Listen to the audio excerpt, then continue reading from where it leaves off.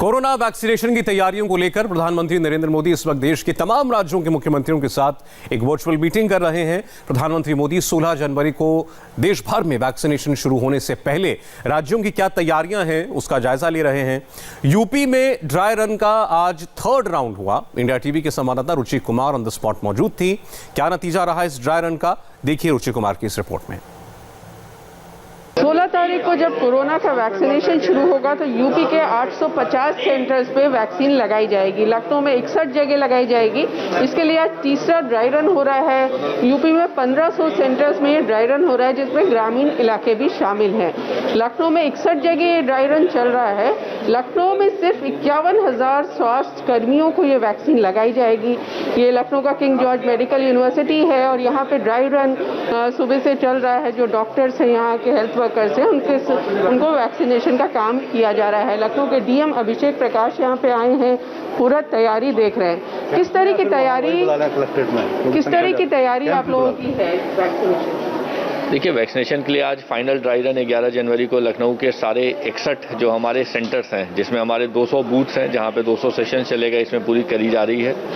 जिसमें सबसे बड़ा केंद्र अगर आप देखें तो केजीएमयू है, यहाँ पे 34 बूथ्स हैं और ये सारे सेशंस की तैयारी। इसके अलावा जो हमारा मेन स्टोरेज सेंटर है, वहाँ पे सुरक्षा की व्यवस्था, वहाँ से जो रूट प्लान किस ढंग से वहाँ पे हमारे सब नोडल पॉइंट्स पे आ जाएगा। सब नोडल पॉइंट्स पे आने के बाद हमारे केंद्रों तक वैक्सीन ये सारी की सारी पुलिस सुरक्षा में आएगी। हर एक वैक्सीनेशन सेंटर पे जो 5 स्टेप्स है, इसकी ड्रिल की जा रही है। इसमें सबसे पहले आकर के व्यक्ति का प्रिलिमिनरी वेरिफिकेशन पुलिस के द्वारा किया जाता है। सेकेंडली फिर वो वेटिंग एरिया में आते हैं। वेटिंग एरिया में आने के बाद एक्चुअल वैक्सीनेशन काउंटर पे, जहाँ उनकी पोर्टल पे ऑनलाइन फीडिंग और वेरिफिकेशन के बाद वैक्सीनेशन। देन ऑब्जर्वेशन रूम बहुत इंपॉर्टेंट, जहाँ प्रत्येक व्यक्ति को वैक्सीनेशन के बाद आधे घंटे ऑब्जर्वेशन रूम में बैठना है। फिर उसके बाद वो अपने घर जाएंगे। और किसी भी कंटीजेंसी प्लान के लिए हमारे जो मेडिकल कंटीजेंसी प्लान AEFI के अंतर्गत है वो रेडी है। ये जैसे 3 ड्राई रन हुए, इससे कितनी आसानी होगी जब असली में वैक्सीनेशन होगा? ग्रेजुअली हम लोग स्ट्रीमलाइन हो जाएंगे, रिहर्स कर करके हम परफेक्ट हो जाएंगे और जो भी छोटे मोटे इश्यूज आते हैं उनको हम टैकल कर सकते हैं फिर फाइनल डे पे। ये आपको मदद करेगा जब असली वैक्सीनेशन शुरू होगा। क्या क्या किस किस तरह की दिक्कतें इसमें आई आपको ड्राई रन? अभी तो देखिए, हम लोग शाम को बैठक करेंगे, उसमें डिस्कस किया जाएगा, बट अदरवाइज अभी तो सब चीज़ स्मूथ चल रही है। फिलहाल कोई ऐसी प्रॉब्लम नहीं दिख रही। माननीय मुख्यमंत्री जी ने भी अभी पोर्टल पर ऑनलाइन हमसे बात करी थी और यहाँ का जायजा उन्होंने भी लिया था। तो इस तरह से आप पूरा यहाँ पे मेडिकल कॉलेज में देखेंगे तो पहला काउंटर वेरिफिकेशन का है। उसके बाद यहाँ पे वेटिंग रूम बनाया गया है। ये वेटिंग एरिया है जिसमें वेरिफिकेशन के बाद यहाँ लोग वैक्सीन का लगने का इंतजार कर रहे हैं। आप वेटिंग एरिया में हैं? इसके बाद आपको वैक्सीन लगेगी? Actually I am in the row. तो इस वेटिंग एरिया के बाद ये देखिए वैक्सीनेशन एरिया है। यहाँ पे वैक्सीन लगाई जा रही है और इस वैक्सीन जिनको लगा रही है मैम, आप उनको इस तरह का कार्ड भी दे रही हैं। किस तरह से पूरा प्रोसेस होगा? पूरा प्रोसेस वैक्सीनेशन करना है। उनको 4 संदेश दिए। शिफ्ट से पहले तो ये यहाँ आएंगे काउंटर, तो उनकी काउंटर फाइल फिल करनी होती है। उसके बाद वो इसमें आज का डेट और फिर नेक्स्ट डेट का भी डेट इसमें कंप्लीट किया जाता है। इसके बाद वैक्सीनेशन होता है, मोबाइल पे फीड करना है डाटा। वैक्सीन होने के बाद ओके करने के बाद फिर इस पर टाइम डाला जाता है, जैसे किस टाइम उनको वैक्सीनेट किया गया, ताकि उनका ऑब्जर्वेशन टाइम से क्लियर हो सके। उसके बाद उनको ऑब्जर्वेशन रूम के लिए यहाँ से भेज दिया जाता है। तो ये जो कार्ड है आपका, ये जितने लोगों को वैक्सीन लगेगी ये कार्ड दिया जाएगा, उनको रखना होगा जब दोबारा जब नेक्स्ट डे आएंगे उसका भी SMS तो जाएगा ही जाएगा। लेकिन देखिए, पहली खुराक है, इस पर दूसरी खुराक की ड्यू डेट भी दे दी जाती है 28 दिन बाद जब नेक्स्ट डे आना है। कोई दिक्कत नहीं है, इसमें सब कुछ लिखा है। कोविड वाली जो हेल्पलाइन नंबर भी है वो सब अपडेट करना पड़ता है इसमें। इस वैक्सीनेशन के बाद ऑब्जर्वेशन रूम में आधे घंटे रहना पड़ेगा, तो उस ऑब्जर्वेशन रूम का भी यहाँ पे इंतजाम है।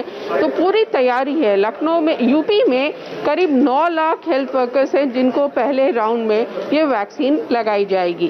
कैमरामैन राजीव राय के साथ रुचि कुमार, इंडिया टीवी, लखनऊ। तो तैयारियां आप देख रहे हैं 16 जनवरी से शुरू होने वाले वैक्सीनेशन की पूरे देश भर में चल रही हैं। दो बड़ी खबरें इस वक्त की आपको बता दें।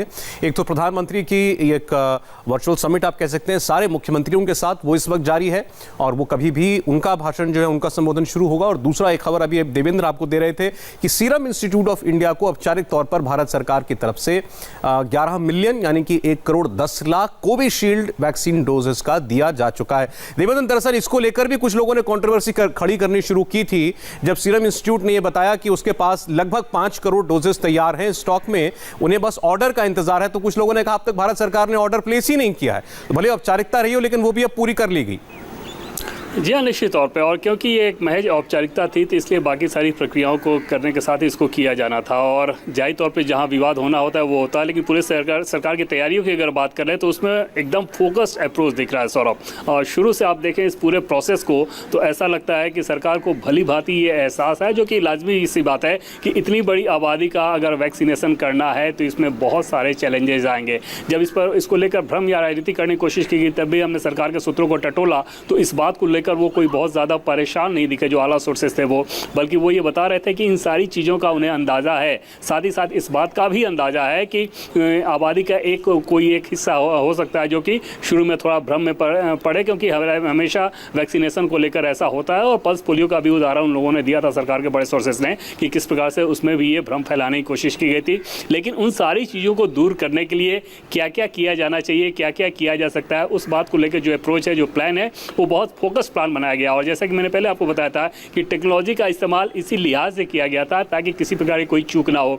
सोचिए अमेरिका जैसे देश में वैक्सीनेशन शुरू हो गया लेकिन वहाँ भी इस प्रकार का कोई ऐप नहीं। हालांकि भारत में वैक्सीनेशन को लेके एप्लीकेशन था, प्लेटफॉर्म था, लेकिन वो प्लेटफॉर्म ऐसा नहीं था जिसमें एक साथ सारी चीज़ें हों, जो बैकयार्ड या फ्रंट यार्ड दोनों हो, जिसमें न सिर्फ मॉनिटरिंग हो बल्कि रजिस्ट्रेशन भी कराया जाए। 130 करोड़ की आबादी और उसके लिए आप कोई प्लेटफॉर्म बना रहे हैं, वो प्लेटफॉर्म ऐसा है जिसमें एक एक बारीकी, उसमें एक एक डिटेल्स उसमें मेंशन हो और उसमें उसके मार्फत रिमाइंडर भेजे जा सके। ये सारी चीज़ें एक बहुत बड़ी चुनौती का काम था इस सरकार के लिए। वहाँ पर क्योंकि अलग अलग एजेंसियों ने रात दिन मेहनत किया है, अब उसका नतीजा आना दिखना शुरू होगा जब एक बार 16 जनवरी से वैक्सीनेशन शुरू होगा। जी सर, कुछ और राज्यों से, शहरों से रिपोर्ट्स हैं हमारे पास। कोरोना वैक्सीनेशन के लिए कर्नाटक सरकार की तैयारियां भी आपको दिखाते हैं। पहले फेज में कर्नाटक के करीब 14 लाख लोगों को वैक्सीन लगनी है, तो 14 लाख डोजेज उनको मिलेंगी। अब उसका डिस्ट्रीब्यूशन, स्टोरेज, ट्रांसपोर्टेशन ये स्वास्थ्य विभाग की के जिम्मे है। उसकी तैयारी कैसी है यह आपको दिखाएंगे इंडिया टीवी के संवाददाता टी राघवन बेंगलुरु के एक वैक्सीनेशन सेंटर से। कोरोना वैक्सीनेशन को लेकर कर्नाटक सरकार ने अपनी तैयारी मुकम्मल कर ली है। राज्य में पहले चरण में तकरीबन 14 लाख वैक्सीन पहुंचने वाली हैं, जिनके स्टोरेज, डिस्ट्रीब्यूशन और ट्रांसपोर्टेशन को लेकर स्वास्थ्य विभाग पूरी तरह तैयार है। फिलहाल हम मौजूद हैं कर्नाटक के स्टेट वैक्सीनेशन स्टोर में। यहाँ सबसे पहले ये वैक्सीन पहुँचने वाली हैं। आप देखिए यहाँ पर एक वॉक इन कूलर्स हम आपको दिखाते हैं। ये वो वॉक इन कूलर्स हैं जहाँ पर सबसे पहले ये वैक्सीन पहुँचेंगी, इन्हें यहाँ पर स्टोर किया जाएगा और यहाँ से फिर डिस्ट्रीब्यूशन और ट्रांसपोर्टेशन की व्यवस्था शुरू होगी। पूरे राज्य की बात कर लें तो बेंगलोर के अलावा 7 ऐसे ज़िले हैं जहां पर वैक्सीनेशन सेंटर बनाए गए हैं। इसे रीजनल वैक्सीनेशन स्टोर नाम दिया गया है, जिसमें पूरे प्रभावी तरीके से ये डिस्ट्रीब्यूशन हो सके, इसीलिए इसको 7 भागों में बांटा गया है। बेंगलुरु के अलावा आप देखेंगे तो मैसूरू, चित्रदुर्गा, दक्षिण कन्नड़ा, कलबुर्गी, भागलकोट और बेलगावी ऐसे ज़िले हैं जहां पर रीजनल वैक्सीनेशन स्टोर बनाया गया है। स्टेट वैक्सीनेशन स्टोर के अलावा रीजनल वैक्सीनेशन स्टोर भी बनाए जाएंगे जहां पर ऐसे बड़े बड़े वॉक इन कूलर्स रखे जाएंगे जिसमें आप देखिए एक निश्चित टेम्परेचर पर इस वैक्सीन को स्टोर किया जा सकता है। आप यहाँ पर भी टेम्परेचर देख पा रहे होंगे और यहाँ पर भी आप देखेंगे तो इसका जो पूरा सेटअप है उस तरह से रखा गया है कि कोरोना की वैक्सीन जो है उसको एक निश्चित टेम्परेचर की ज़रूरत होगी। जो भी टेम्परेचर रिक्वायर्ड होगा उस टेम्परेचर में उसे स्टोर किया जा सके, इसके लिए बेंगलुरु के अलावा और 7 जगहों पर रीजनल वैक्सीनेशन स्टोर बनाए गए हैं। वहाँ से डिस्ट्रीब्यूशन की जो पहली कड़ी शुरू होगी उसमें कॉरपोरेशन लेवल पर, डिस्ट्रिक्ट लेवल पर और ब्लॉक लेवल पर वैक्सीन स्टोर बनाए गए हैं। वहाँ से फिर वो डिस्ट्रीब्यूशन के लिए आगे जाएंगे। इसके अलावा कोल्ड चेन पॉइंट्स भी इन सभी 7 जगह पर बनाई गई है, जिससे पूरे राज्य में इस नेटवर्क को स्थापित किया जा सकेगा और वहाँ से फिर इन वैक्सीन